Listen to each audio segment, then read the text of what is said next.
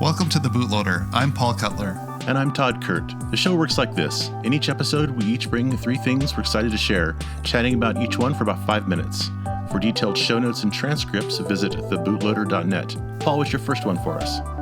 If there was a Venn diagram for 2 of my passions, open source and music, it would probably fit in one perfect circle. When you look at most of my Python and CircuitPython projects, they're mostly music related in some way. So when I read the article on Hackster.io by Gareth Halfacree about an open source record player / turntable called the Statimatic STM01, my ears perked up.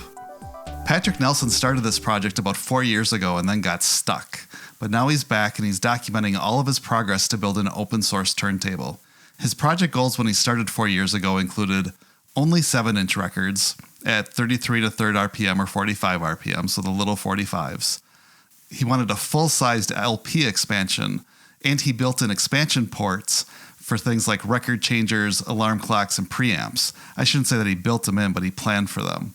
He wanted to also have automatic capabilities, so the tone arm would lift and stop and lift on its own again. And then he wanted it easily sourced or made parts, so all the design files are open source, including the PCB files. He started the project with a piece of cardboard shaped like a record player with cutouts for the tone arm, the platter, and buttons. He then moved on to designing the vertical movement for the tone arm. This lifts and lowers the tone arm and its record needle onto the record to play or stop playing. After that, he needed to design the horizontal movement, which is a lot more complicated than the vertical movement, and he shares how he placed the tone arm at the correct edge of the record for playing. He also shared the custom PCB he designed, which was his first ever PCB, which he future-proofed by adding support for other record sizes too. It's almost all surface mount components, and in a later video, Patrick introduces a second version of the PCB. The turntable used an Arduino as the brain of the project. From there, it was time to work on the turntable itself. He built the tone arm mechanism into the cardboard box prototype, and it worked. He even added a 7-segment display so you could see how fast the turntable was turning. Patrick walks through how he assembled the motor and pulleys with the turntable. With that done, the turntable was working except for getting it to the right speed was giving him some trouble. This took to where he left off 4 years ago. The record player could play 7-inch records at 33 1/3 or 45 RPM. That was the first video, which was about 20 minutes long. In the second video, which is about the same length, he talks about the revisions to the record player, like being able to play all record sizes at varying speeds. Patrick picks up from where he left off a few years ago and shares a few more challenges as well that he needed to work on. This included the pickup sensor that lifts the tone arm. He was able to make it work by putting the tone arm to play, but had some challenges to overcome on when the tone arm picked up after finishing playing the record. After watching the first 3 videos, you're left with the first 2 prototypes that Patrick got working. He then states that in the last couple of years since he had to put the project on hold, that he has more and different ideas on how to build the turntable and wants to start over from scratch. The next couple of videos in the series on building the tone arm and lift mechanism for it kick off the redesign. One of the things I didn't really touch on is Patrick's goal to keep the turntable modular. He envisions that the turntable itself is pretty basic, but then there are 5 adapter ports. He throws out some ideas for external modules such as a record flipper or changer, a preamp, a remote control, a control panel of some kind, and more. This is a project I'm going to keep my eye on. Patrick is still very young in his journey to build an open source turntable, but he's got all his progress listed on his GitHub repository, and he's about 1/3 done. Depending on how much the bill of material ends up being for the project, this is one that I'm itching to build myself. This is really neat. Like, I think one of the first mechanisms that entranced me as a kid was this little suitcase record player that had the automatic changing capability where it would lift up the tone arm and move it out of the way, and then the record would come out, or one would drop down. And it's like we don't often see open source mechanisms. Usually the stuff we talk about is software, or little tiny PCBs, but this is an actual mechanism as well. That's pretty interesting and hard to do. Right. And I mentioned at the beginning of the article that I came across this via Gareth Halfacree, who wrote it up on Hackster.io. Link to his Mastodon profile. And if you enjoy this podcast, give Gareth a follow on Mastodon. I think you'll enjoy the articles that he posts every day. Oh yeah. He does a Hackster Roundup every once in a while as well, which is really nice because I keep meaning to go to Hackster regularly because they're always posting really cool news, but I sometimes forget. So it's good to see his follow-ups. What's your first one for us, Todd? So I have a new favorite Wi-Fi dev board. It's the ESP32S3 Touch LCD2 by WaveShare, and it runs this fun new OS called MicroPythonOS. So this board, the ESP32-S3-Touch-LED-2, what a mouthful, is about the size of a candy bar. It has a 2-inch 320 by 240 cap touch screen bonded on top of what's a pretty much standard ESP32S3 dev board.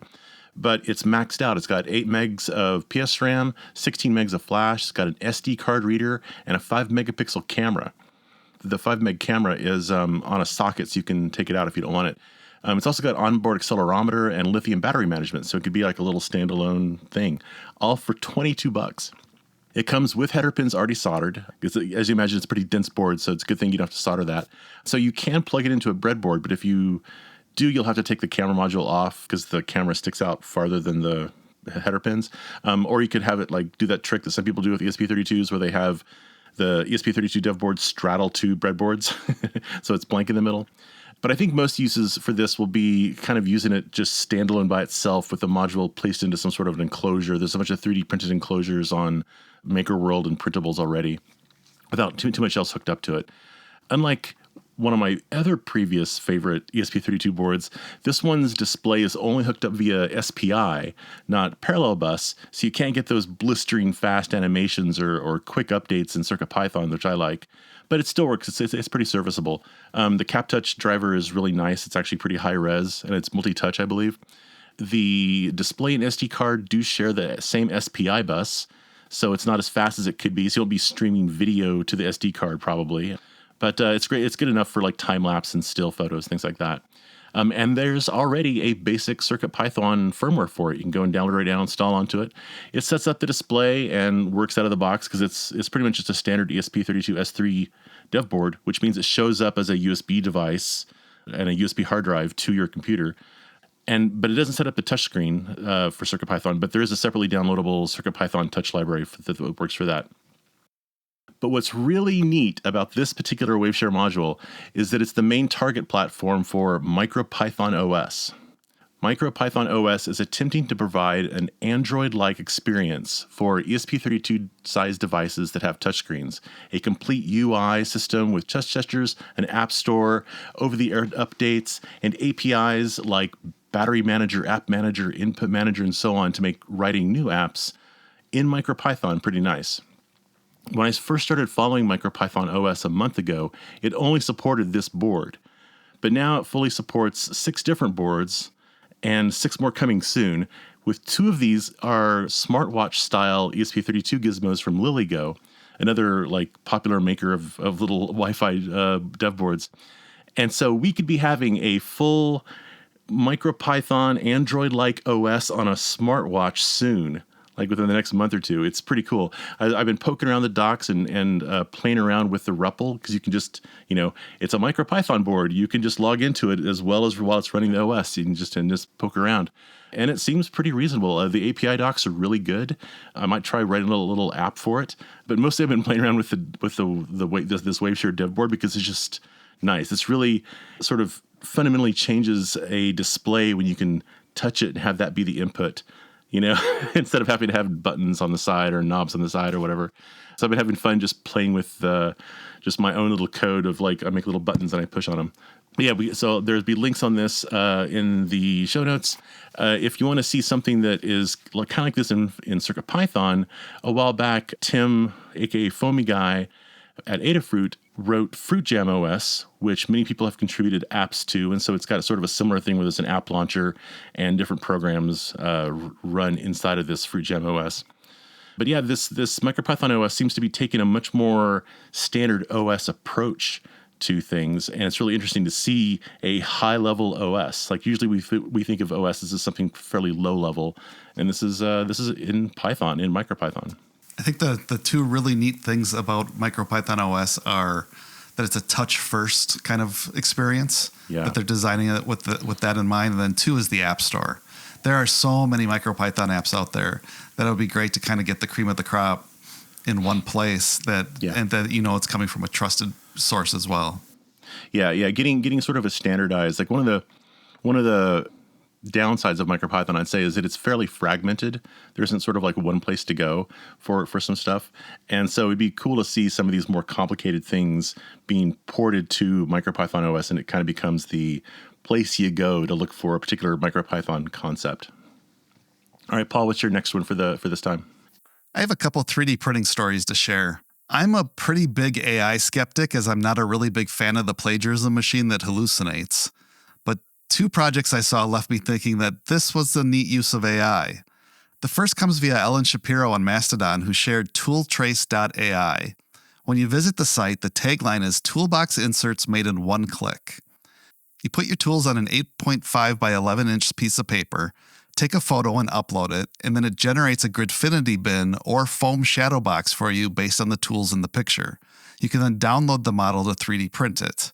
There's a free plan that gets you 3 active tool traces you can output in DXF, SVG, or STL, and a paid program at $8 a month that gives you unlimited tool traces and some advanced features. Kind of neat how AI can just figure out from a picture, this is what a 3D model should look like. The next one is from Tom's Hardware, is a story about researchers at Carnegie Mellon University's Department of Mechanical Engineering that have created a system that uses multiple large language models to monitor and correct 3D printers in real time. This story's kind of crazy. They used 4 different LLM agents with a supervising agent. The first agent takes a picture after each layer is printed and looks at the quality and for defects. Another agent looks at the printer settings to see if anything needs to be adjusted. From there, a solution planner agent creates an action plan to fix the prints and hands that off to an executor agent, which uses the 3D printer's API to manage the print. The article also points out that it does not use a custom LLM trained on a specialized dataset. It's using the base ChatGPT 4.0 model and some generalized prompts the Carnegie Mellon team has come up with. Now, that's a pretty cool use of AI. Lastly, again via Gareth Haffacree at Hackster.io, he shares a story from Creality that they've developed the holy grail for 3D printers, a shredder and a filament maker. Throw your waste filament in the shredder and it will use a dry crush approach to render them into less than 4 millimeter feedstock. You then feed this into the filament maker and you'll be able to produce up to about 1 kilo of filament per hour. Sounds like alchemy to me, turning lead into gold. But of course, Creality hasn't shared release dates or pricing yet. This everything is AI really kind of bugs me. Like I love all 3 of these projects, but the first one where you can make tool inserts kind of in one click is a classic use of standard computer vision that's been around for like 20 plus years. And as someone who used to do this kind of stuff, it really kind of frustrates me that these standard machine learning techniques are being just called AI when, and like maybe it is doing something with a transformer model LLM style, or maybe it's just doing standard OpenCV machine learning stuff, and it's just, I really wish we had better disambiguation to the terms, because I'm like, God, like some of the stuff that runs locally on your box that's very small and can even be run on a microcontroller. Do we call that AI? I don't know. I don't think so. I think I'd rather call it some sort of machine learning. But who knows what this is actually doing? It might be feeding the whole image to ChatGPT and saying, draw outlines around all the tools. I share your frustration with the term AI. My spouse is pursuing her doctorate in machine learning, and we have this conversation all the time where I'm swearing about AI and AI is bad. And she's like, but AI can be used for good. And if you look at the work she's doing, it's all weather related, for example. Can they predict the direction that a fire will go, for example? And I'm like, that's machine learning. And so, we bucket everything as AI to our detriment, probably. It's frustrating. I mean, it's cool. It's cool we can have these things. I mean, the using the 3D printing, using AI to fix 3D printing tools also feels like a classic sort of computer vision machine learning task that they're just using. Let's use 4 LLMs against it instead. Seems a little overkill, but okay, whatever, man. You got your ChatGPT tokens. You got to use them up. That's right. What's your next one for us? The clever folks at Teenage Engineering that make synthesizers have released an interesting little musical microphone toy. It's the first commercial product for normies that I've seen that is running MicroPython under the hood and lets you get at that MicroPython it runs. It's called the Ting EP2350. And if you know anything about microcontrollers, that name might ring a little bit of a bell. The Ting EP2350 costs about $60 and looks like a handset of a CB radio. But it's got 3 extra buttons on the side, and in addition to the talk switch. You plug its curly cable into your mixer or an audio input to a speaker or something, and you press the talk switch, your voice can be altered in a bunch of different ways. Here's an example. Here's a echo. Here's distortion. This is reverb. This is single sideband. No, this is just distortion, ring modulation. Distortion and ring modulation. And then this is single sideband JoyPad that you might have heard in Star Wars. And then it can also play some sound effects like and so on. So anyway, so as you hear, you got 4 different sound effects you can play, you can trigger, and it's got 4 different samples you can trigger, and it's got 4 different sound effects you can apply to your voice or to the sample that you've triggered. There are 4 LEDs on it that let you show which audio effect is currently in play, and it's got 4 LEDs to show you which audio sample is currently set up to trigger. And there are inputs where you can use either the talk switch or shaking it to act as modifiers to change how the sound plays back. And the list of audio effects is pretty extensive. There's echo delay with adjustable EQ, feedback and wet level. There's distortion with gain and EQ, harmonizer for repitching. There's reverb with EQ and spring emulation. There's ring modulation, single sideband, and single sideband for that sci-fi ham radio thing that I just demoed. And if you notice, the list of sound effects and their parameters are greater than the number of the slots available. So how do you reconcile this? Well, if you plug the Ting into your computer, it shows up like a thumb drive, just like CircuitPython. And if you edit a config.json file on that drive, that specifies what effects should be in which slot, how its settings should be, and how the handle and shaking input should map to those settings. Oh, and you can also chain the effects. It's not just one effect per slot. You can actually have, say, the EQ feeding into the delay, which feeds into the harmonizer, which feeds into the reverb. So it's sort of like a virtual guitar pedal board in this little microphone. It's pretty cool. Also, when the little Ting microphone is plugged in your computer, you can also connect to its MicroPython REPL and see the code that it's actually running. The Teenage Engineering guys have created a custom build of MicroPython version 1.2.5, I think, that is a handful of custom built-in modules. One's called effects for audio effect chain management. One is called UI to manage the LEDs, accelerometer, and buttons. And one is called SPL to handle loading and triggering the samples. And then the entirety of the main.mpy is just reading that config.json file and setting up the various settings of those various custom modules. So there's not much logic to the actual main.py. It's mostly just setting up the various settings of the internal custom modules and then letting it run. I was hoping it would have more in its main.py, but it's pretty incredible that we can actually edit this file and we can actually change what everything does. Like, I can make it behave in an entirely different fashion. I can even make it play sounds all by itself without me touching any of it. Now, if you're familiar with CircuitPython, the ability to have these audio effects and chain them together is very similar to what we've been able to do with the built-in audio effects module in CircuitPython. And the type of effects that the CircuitPython has is very similar too. But the CircuitPython approach is more configurable and exposes much more of the ability to drive the effects in creative ways, like with modulators and connect it to various parts of your other Python code. The Ting MicroPython can't really do that.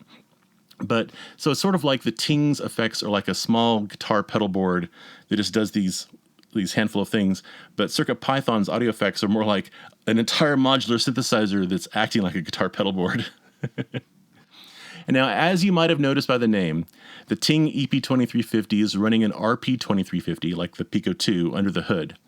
I've taken my Ting apart and verified it's got a 2 meg flash, leaving about 1 meg for samples, and it shows up as almost a standard RP2350 UF2 boot device. I've not been able to get a CircuitPython loaded on it yet because I think they might be using some of the RP2350 security features to only allow signed firmware. But it's pretty cool that exists. It makes firmware updates for this little box really easy, of which Teenage Engineering has already released a couple. So one of the first things I did when I got it a couple weeks ago was to flash it with the latest firmware, and it actually fixed a small problem that it was having. So yeah, I hope that there's a way that we can put our own firmware on here. I'd love it if they released their version of MicroPython, because that would be really cool. In the show notes, I've got a couple of links to both some YouTube videos of people showing how to use this, how to configure the Ting with the config.json file. There's also an online preset editor that someone has made because it shows up as a USB device. If you're running a Chrome-based browser, you can use this and you can like essentially change the config.json via a little web page. Yeah, that's it's pretty fun. I'm really encouraged to see real products using MicroPython. If you want to see one in action, check out the Wednesday, February 25th show and tell on the Adafruit YouTube channel. Right. Dan, aka Bartlebeats, demoed one right at the beginning of the show, so that was pretty cool to see it in action. Oh yeah, I missed that. That was yesterday for us, right? Yeah, it was. Very cool. All right, Paul, what's your next one for this time? Have you ever wanted to build your own game controller? Tommy B did, and he was inspired by the original Steam controller from Valve Software. And by inspired, I mean he took the idea to the next level. A shout out to Cooper Dalrymple for sharing this story in the Adafruit Discord. Linus of Linus Tech Tips recently had Tommy B on his show to show off his OpenSplit deck, and by split, it does exactly that. You can split the gamepad into two halves, kind of similar to how the Switch's Joy-Cons work individually. He also created additional pieces you can attach to the middle of the two halves to put it back together that makes it more ergonomic. Now, if you've never seen a Steam controller, think a big gamepad with two trackpads where your thumbs go instead of joysticks. And that's exactly what Tommy B built, with two trackpads as well as the two joysticks that you're probably used to.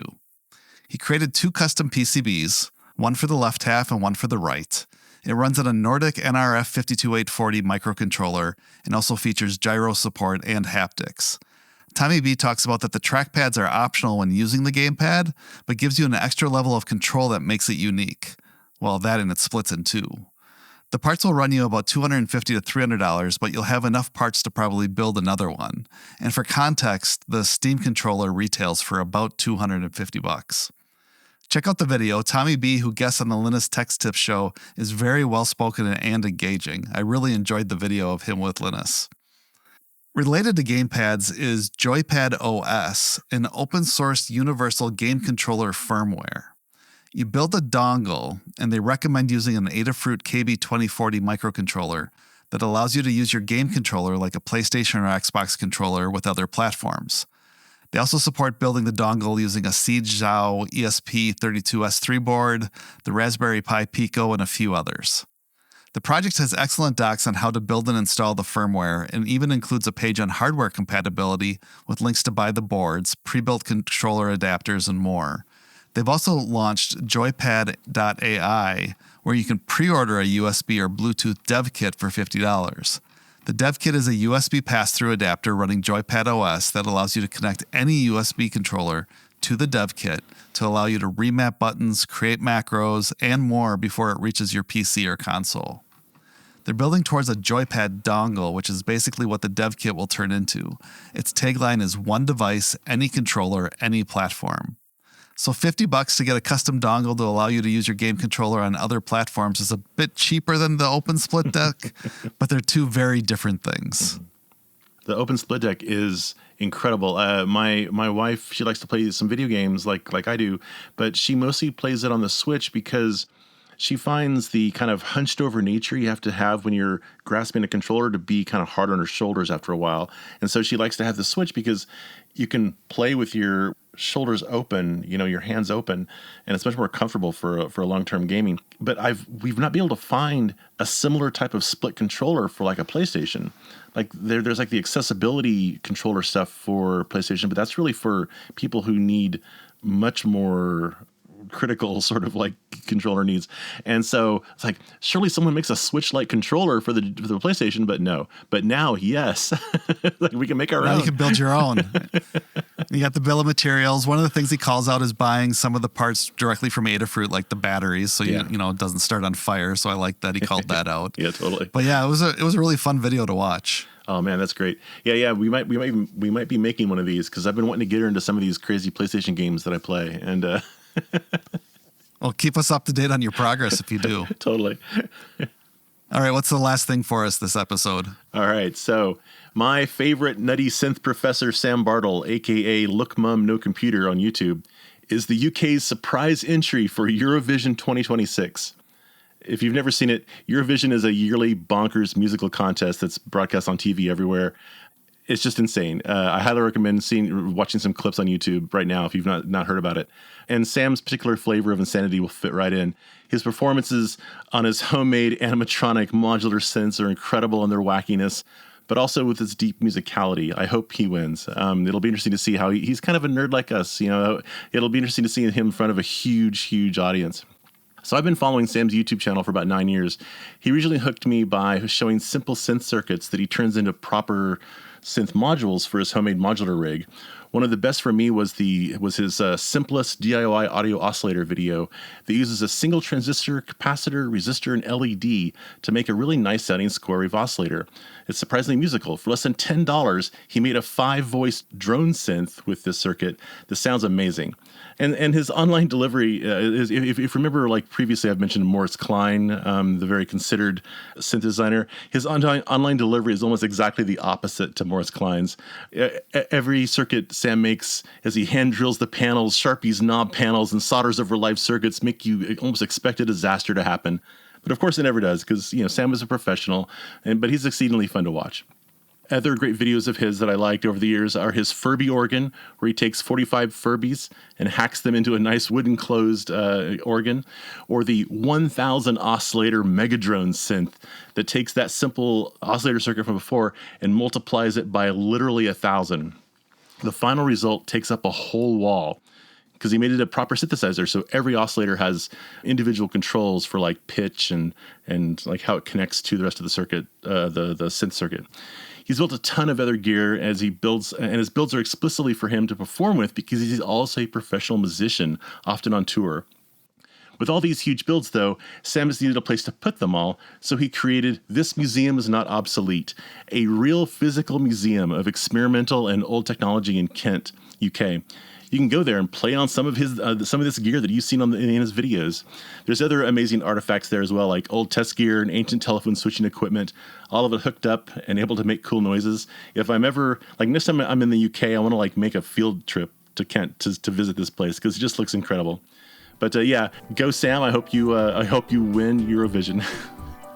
And you said he's representing the UK, so it's not just some small country. It's one of the larger countries in Europe. Yeah. Small town boy makes it big. That's awesome. Well, that's our show. If you're interested in getting a free sticker, visit the homepage of thebootloader.net for the order form. You can also visit the homepage to see our show notes and transcripts. Until next time, stay positive.